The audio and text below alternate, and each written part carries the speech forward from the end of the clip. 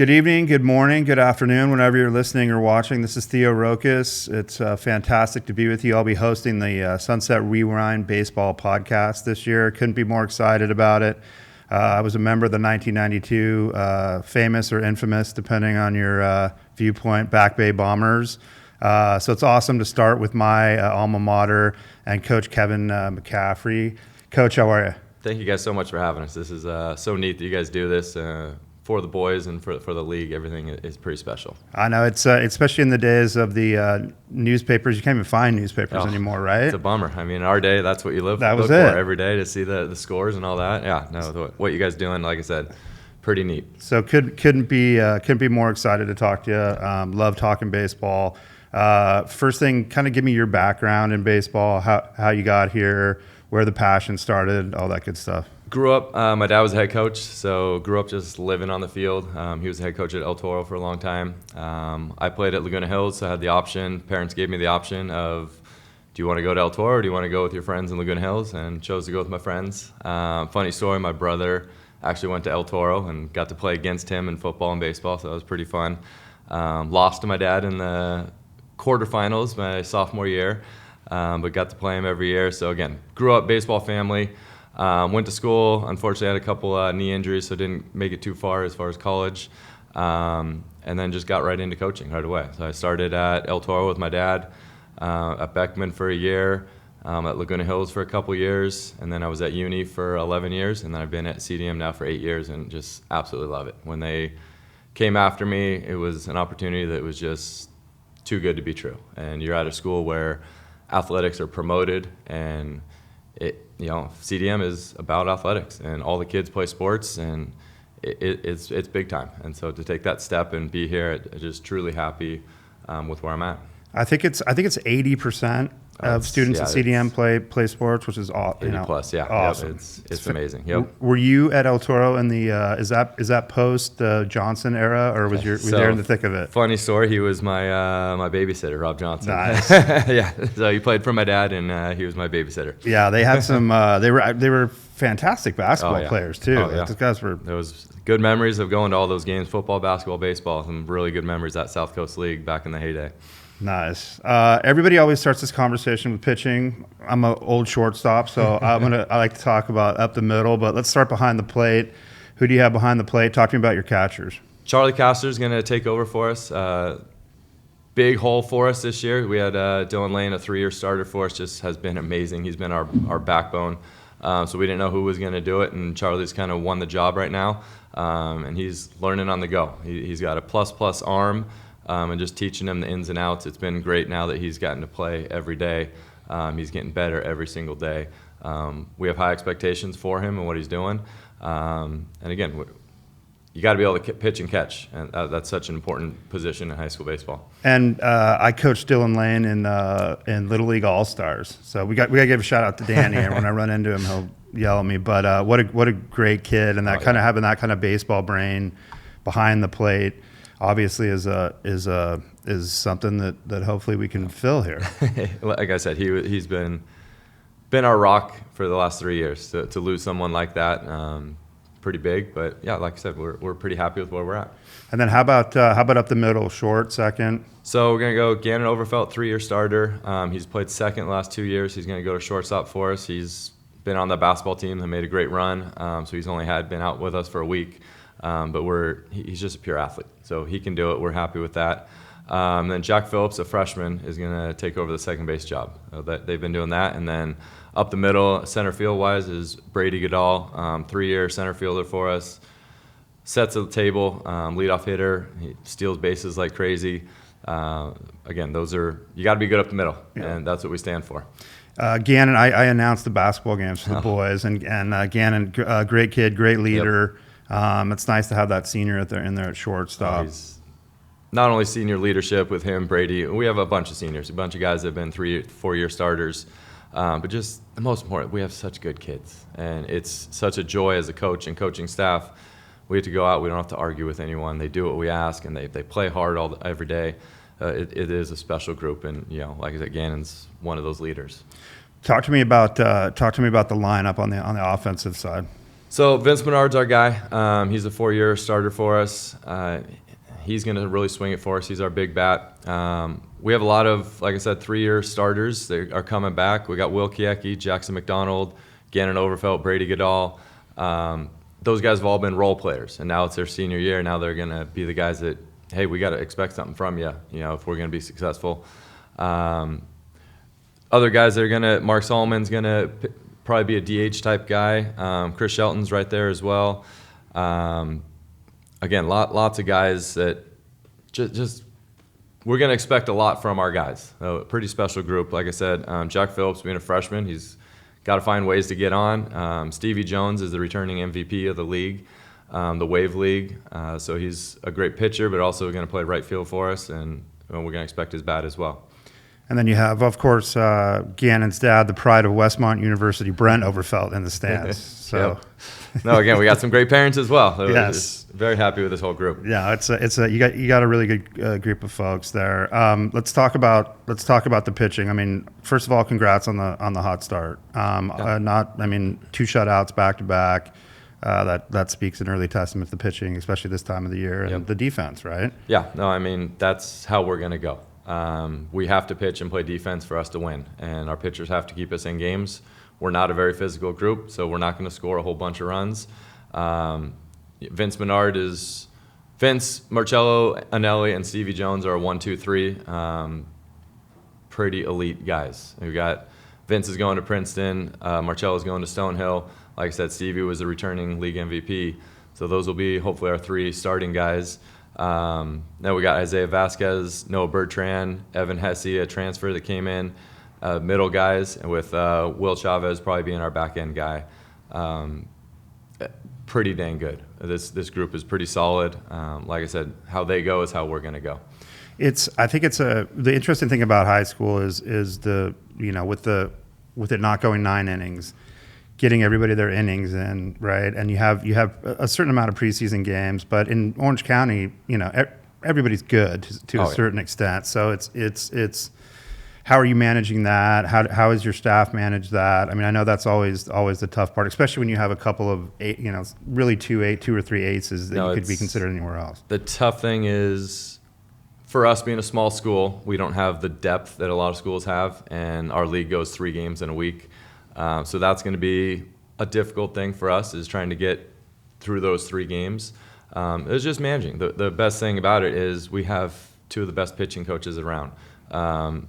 I've been with Mike Rokos for 20-plus years, and he was a former head coach at UCI, just an amazing human being. And he keeps coming back every year. And for a 70-year-old to take 16 to 18-year-olds and just interact with them that well, and those 16 to 18-year-olds just go to him. It's pretty special. And then been lucky enough to get Nick Barty last year, on-campus teacher. Just what he does, not only with the pitchers, but with all of our guys. He makes our team so much better. So those guys leading our pitchers, and we're the type of coaching staff that we're going to err on caution, and we're not going to put anyone, overuse them, that type of stuff. It's just finding out early in the season what we can do, setting up our rotations to get to the league play when we have 3 games in a week. Sounds like you have an amazing staff, and people talk about so often overlook that and how important that is, right? Especially the guys that are volunteer. I mean, nobody's doing it for financial gain. I was gonna say, we're not making money doing this. We have amazing guys, and like I said, I've been with Mike, and I am a better human every day because I get to hang out with him. And the same thing with the boys. The life lessons that they learn from him is pretty special. Like I mentioned, Nick Barty, him being on campus is such a big help for me. Now he's able to do some things, whereas I was doing it all myself. To have an on-campus coach, people don't understand what that means. To see people at the breaks and interact with the boys, and it's just such big to have that on-campus help. And John Green's been on the staff for probably 20 years. When I got the job, he joined up, and I had known him from coaching against him. And he is the comedian of the staff, and the kids love him and his pregame talks, but he's also the smartest human being I know, and just loves baseball. And just for him to have that CDM background and, like I said, 20 years of CDM baseball is pretty neat. And then we have a first-year coach with us, Brett Vertigan, just finished up playing minor league ball. He's been with us on the freshman staff. We just bumped him up to the varsity staff. But what he's doing with our hitters and outfielders, again, pretty special. So the group, we've all been together for quite a long time, and it's just such a great group of guys that truly want the best for the boys. And we put it on the back of our practice shirts, lead by example. And that's what we think we want to do as coaching staff, and that's what we want our boys to do as well. I haven't played in the alumni game in a couple of years because the last one I played in, I couldn't walk for 60 days. But I am threatening to take the hill in next year's game, and I got to know some of your staff through that, and they're stand-up guys. Yep, stand-up guys. Great group of guys. I think baseball coaches have it the toughest because of the time of year that the season falls, right? So especially with the senior group, senioritis, by the time you get there, settles in. How is everybody in the classroom? It sounds like it's a pretty good group. Yeah, I mean, we have really high expectations with our guys. We're tough on the guys. As far as classroom, we have to do grade checks, and we have, like I said, the high expectation. It's not just get the district mandated 2.0 to be eligible. We hold them to something higher. They got to get all their work in, and they know that we do grade checks with all the teachers. I think the staff members like it, and the staff members know they can come to us if a kid's messing around, and we give them a chance to get in better shape if they're messing around, and we usually fix it right away. But I think we talk about the program. Yes, we want to win baseball games, but we want these kids to leave being great adults. And so that's being how are you acting in class? What are your grades like? Those little things that we always talk about what does lead by example mean? And taking care of, we're here to be good in the classroom. That's why we go to high school. Yes, we all want to win the high school games, but so no, I'm happy with what we've done. Our GPA over the last couple of years has been pretty dang high. So yeah, really happy with what the boys do. What's your take on club and the amount of so I can speak to it from soccer's totally lost the line. The club season eats into the high school season. They can't play until they're done with club. It seems like it's created mercenaries. It's a me instead of a we environment. And it just seems like the amount of games in one particular sport is the data's kind of in on that is not the way to go. When college coaches get interviewed, they're talking about multi-sport athletes is who they look at first. How are you balancing? I'll hit on two things. The first thing is the multi-sport athlete, we want it. Again, we're such a small school, we have to have people playing. And every year we have the football baseball combo. And that's what I did in high school and college. And I want the guys to go play. Use different body parts, go compete. So we try to get them out to other sports, especially their freshman year. And after your freshman year, figure out what you like. And if it's baseball, awesome. But if you want to do something like Ganon, we're going to support the heck out of you. And we've always had, the last couple of years, we've had so many of the stud football players that were also our baseball guys. So that's, we're always promoting those guys to get out and play. The second piece with the club piece, the high school club ball, summer, if it's the elite level club teams, I love it. I do have strong feelings with what club ball at the younger ages, the 10 to 14, I think it's awful. My personal view, I look back to when we played, you played to make your Little League All-Star team. And everyone played on a Little League team, and you went to the field all day to watch your buddies play, and there's no such thing as Little League anymore. And kids try out for a club team at 9, 10 years old, and they get cut, and they quit our sport. That's why our numbers are so low, whereas that kid could have played in a Little League and developed, hasn't gone through puberty yet, and could have been a player. So I think the young, I have to be on a club team is just, it's really hard. Again, we do our best once we get kids. We work with our kids in the summer. We want them playing. That's our big thing. And it's turned to where you have to embrace it. These kids want to be on the club teams, and we just talk to them all the time with our one-on-one meetings about be smart with your arms. Don't let your club coaches take advantage of you. But for the most part, I think high school-wise, it's an okay thing in the summer. Like I said, just the young ages is where it seems like it's held the line. I mean, there was a group of us that I totally agree with you on the age. We had, we formed our own club team just of the kids that played other sports, because the club coaches were already at that age, it's 9 years old. Time to make a decision. It's insane. Yep. Money grab too. Money grab. Yeah, it's you got to get a new. You give a new number every season, and you have to order new uniforms, and then you skim off the top. Yep. Anyway, we're on to you. The other thing is a form of jealousy. I have coached at CdM as well, but the CdM baseball field, if you haven't seen it, is amazing. And the time, and it literally looks like I don't know who has the better crew, Augusta National or us. But tell me about how you guys do that. I know it's a passion of yours, but it's fantastic. We were pretty lucky this year. We were given the National High School Field of the Year. So and again, there are so many nice fields in Orange County. And for us to be selected is pretty cool. I had some health issues last year, so I don't know if that played into it, but just to be in that discussion and to get that award was pretty neat. We have something pretty cool that we have a turf management class. So I teach at fourth period, and I have 15 kids and get to teach them how to take care of a field. And these kids who grow up in Newport Beach probably don't know what a screwdriver is, lawnmower, and they're learning how to do it. I teach them how to use all the sit-down mowers, the push mowers. We edge the field, we paint the logos. So now that we're in season, they all know how to do this stuff, and we get the fields ready for the kids to play on. And it's pretty neat. And like I said, I have a passion for it. I want the kids in our program to play on the best possible facilities. And you look at our freshman field, it's as good as any varsity field in the area. And we stripe it for every home series and league, just different, and I let the kids decide how they want to stripe it. They actually came up with a cool design this week of swiggly lines in the infield and outfield. Like I said, I want them to show up every day and go, oh, that's a cool field that we get to play on.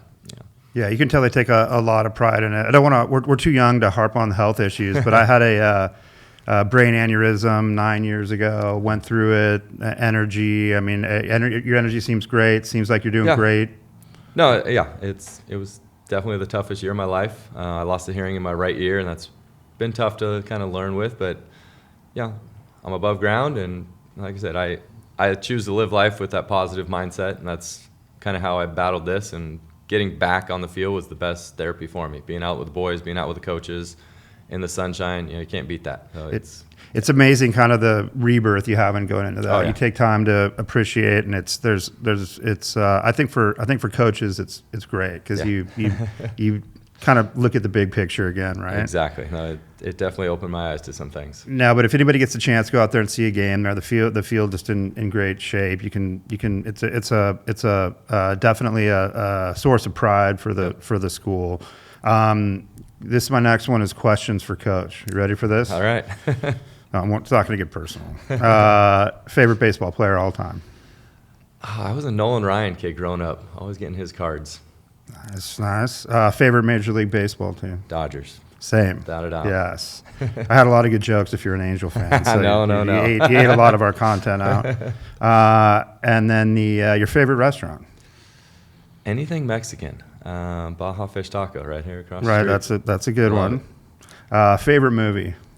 Ooh, gosh. I don't know. Sandlot, maybe. Again, the baseball stuff. Miracle. Hockey one. I'm trying to think of my subbing days 25 years ago when I had to show videos. Remember the Titans. That was always a good one, too. Obviously, sports-minded. Sports-minded, yeah. Most of mine are. My favorite one is, I don't want to go down a weird John Carpenter rabbit hole, but Big Trouble in Little China. Very underrated movie. Highly recommend it. Coach, it's been awesome talking with you. Tell me a little bit in conclusion about the Sunset League. I know it's always tough, but walk me through what you're seeing, what you're thinking about the teams. I think top to bottom, easily can argue the best public school league in Orange County, and if not the nation. We have 7 teams who all have multiple scholarship guys on the mound. Realistically, all 7 of us are top 25 teams in the county. It's going to be a grind every day. And now that everyone's together, we used to have a top and bottom. Now everyone's together. It's getting after it. And you look at how good Huntington is with their 15-ish committed guys, but everyone can compete on any given day, and that's what's so cool about this game. You got a chance every single day. So I'm excited to get after it. You want to compete with the best teams, and that's where we're at, and let's see how it plays out. How are you feeling about the CIF changes in terms of seedings and all those things? I mean, There's 2 mindsets to it. I take the approach of, there's one mindset of schedule down and try to get in the playoffs no matter what, trying to be 500. I take the mindset of our league is so good. If you're not in the top 4, you probably don't deserve to be in the playoffs. And so you look at our schedule, it's a giant killer. I mean, we're playing all the big-time teams in the preseason because I want our boys to face adversity. I want them to go in the 7th inning of a tight game because that's what it's going to be in league. And so, again, I think if we're a top 4 team, we deserve to go where we are. If we're not, we won't be in the playoffs. Yeah, and I think at CdM, they're all circling that game. I mean, what I tell our kids is you pretend like you have a target on your back anyway. Let's play anybody, anywhere, anytime, and get after it. So I like the strategy. Yep. So I'm excited. I don't want to put any more pressure on you, but I do have a lot of wagers in your series with Newport Harbor. I got to be unbiased this year, but there are some side bets that happen on steak dinners and stuff. It is truly a special rivalry. That's what people in the county don't understand, what that rivalry is. It's truly special, and Josh and I are good buddies, and we're talking all the time, but we want to kick their butt just as bad as they want to kick our butt. But the cool thing is we have that mutual respect for each other, so it doesn't get out of hand. But yeah, it's special in all the sports at the schools, and there's just a buzz whenever you're playing Newport. And this year, the first one's on March 18th at their place, and then I think that week of the 18th it goes 3 in a row. You're way ahead of me. I'm thinking one day ahead. I just happen to remember a date, so it makes me look smarter. So I threw it out there. Coach, awesome talking to you. Hopefully we can do this again either that week or down the road in the season. But obviously, best of luck to you and the Sea Kings. Thank you very much. This is pretty cool. Thank Awesome. you guys.